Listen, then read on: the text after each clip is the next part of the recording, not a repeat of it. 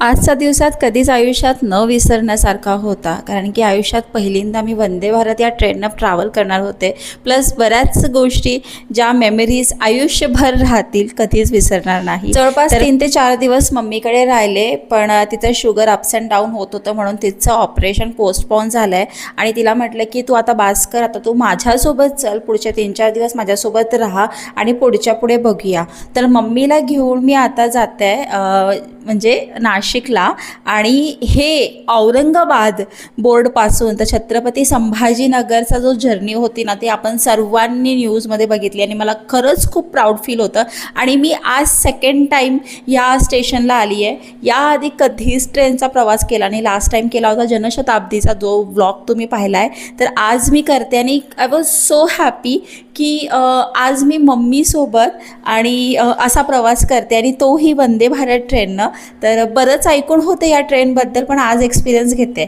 तर मुलंही खूप जास्त एक्सायटेड होते, कारण की मला वाटते की वैशूसुद्धा माझी बहुतेक सेकंड टाईम ट्रॅव्हल करत असेल. एकदम लहान होती ती, एकदम बाळ होती कुकुलं माझं त्यावेळेस तिने केलेला.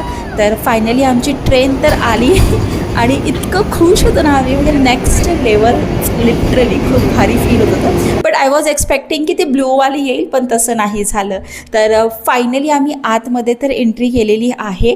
पण मंडळी, मी कंटिन्यू शूट करते व्हिडिओज, तर मग मी ते कसं मॅनेज करते ते सांगते तुम्हाला. मला बरेच जण विचारतात की ताई, तुझ्या मोबाईलची बॅटरी एवढी कशी काय टिकते, तू कंटिन्यू शूट आणि एडिटिंग करते. ताडोबाच्या ट्रिपला जाण्याआधी ना मी हा अगारोचा नॅनो पॉवर बँक मागवला होता, जो 10,000 mAh पॉवर सपोर्ट करतो. सर्वात बेस्ट म्हणजे लाईट वेट आहे, एकदम पॉकेट फ्रेंडली आहे. तुम्ही पाहू शकता एकदम क्यूट आहे. फक्त एक बटन प्रेस केला की वरती आपल्याला ह्याचे 4 लाईट ब्लिंक करताना दिसतात, ज्या की बॅटरी आहे. माझा फोन जवळपास मी 2 वेळा चार्ज केलेला आहे. माझा आयफोन केला, माझा कॅमेरा केला, आणि स्टील ह्याच्यामध्ये बॅटरी शिल्लक आहे. ह्याच्यासोबत आपल्याला एक केबल मिळते, ज्याने आपण इझिली आपला फोन, कॅमेरा जे काही असेल ते चार्ज करू शकतो. सी टाईप आपल्याला पिन पाहायला मिळते. सध्या तर मी माझा कॅमेरा चार्ज करते, कारण की ना इतका क्यूट्स आहे ना.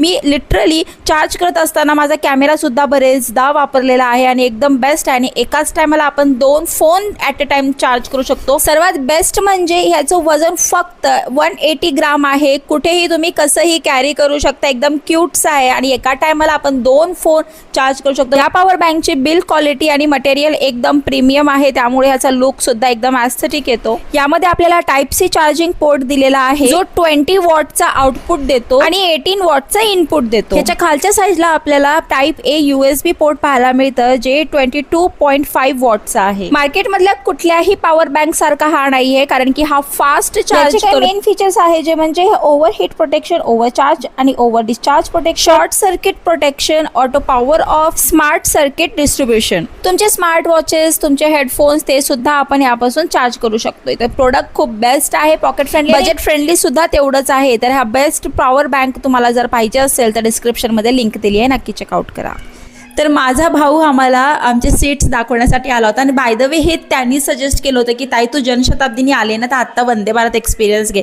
त्याने तिकीट वगैरे काढून दिलं. आणि प्रत्येक सीट बरोबर आपल्याला एक पाण्याची बॉटल, एक न्यूजपेपर आणि ब्रेकफास्ट वगैरे जे काही असेल ते मिळतं. तर तुम्ही पाहू शकता, अगदीच असं फील होत आहे ना की जसं की आपण फ्लाईटमध्येच आहोत. इतकं भारी आहे ना, लॅविश, एकदम खूप मस्त. विशेष म्हणजे ज्या बोगीमध्ये मी बसले होते ना, त्याच्यामध्ये जास्त गर्दी नव्हती आणि आमच्या बाजूच्या बोगीमध्ये एकदम लोक होते. तर मी माझा DJI Osmo काढला आणि बरेच रील शूट केले.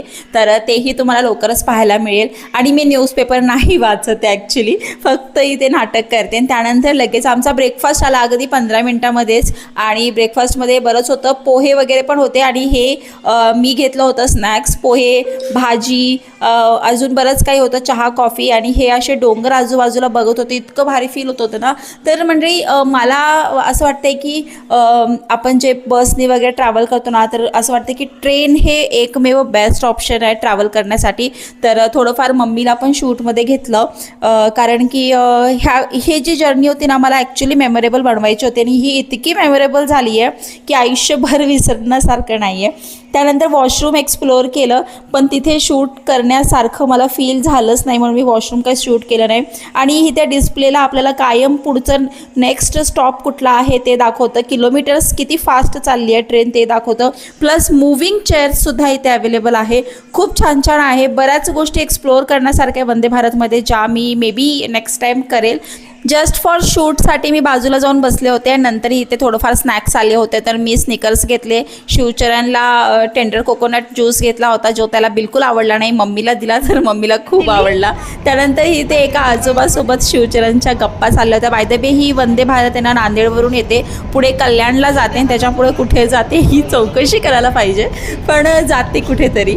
ठीक आहे, फार जास्त मला ट्रेनचे रूट्स माहिती नाही आहेत. आणि प्लस ही सकाळी 8:20 असते छत्रपती संभाजीनगरवरून, आणि नाशिकला पोहोचते सकाळी 11 वाजता, इतक्या फास्ट. तर आम्ही 11 वाजता सकाळी फायनली इथे पोहोचलो. आणि आपल्या नाशिकवरून सुद्धा संध्याकाळी 4:20 आहे ती बस, तर खूप बेस्ट आहे. फायनली आम्ही पोहोचलो नाशिकला, आणि मला वाटलं की हे छोटासा मेमोरेबल व्लॉग बनवावं, कारण की माझा अनुभव मी कायम तुमच्याबरोबर नवीन काही असेल तर शेअर करत असते. तर व्लॉग कसा वाटला नक्की कळवा कमेंट बॉक्समध्ये. Okay, bye.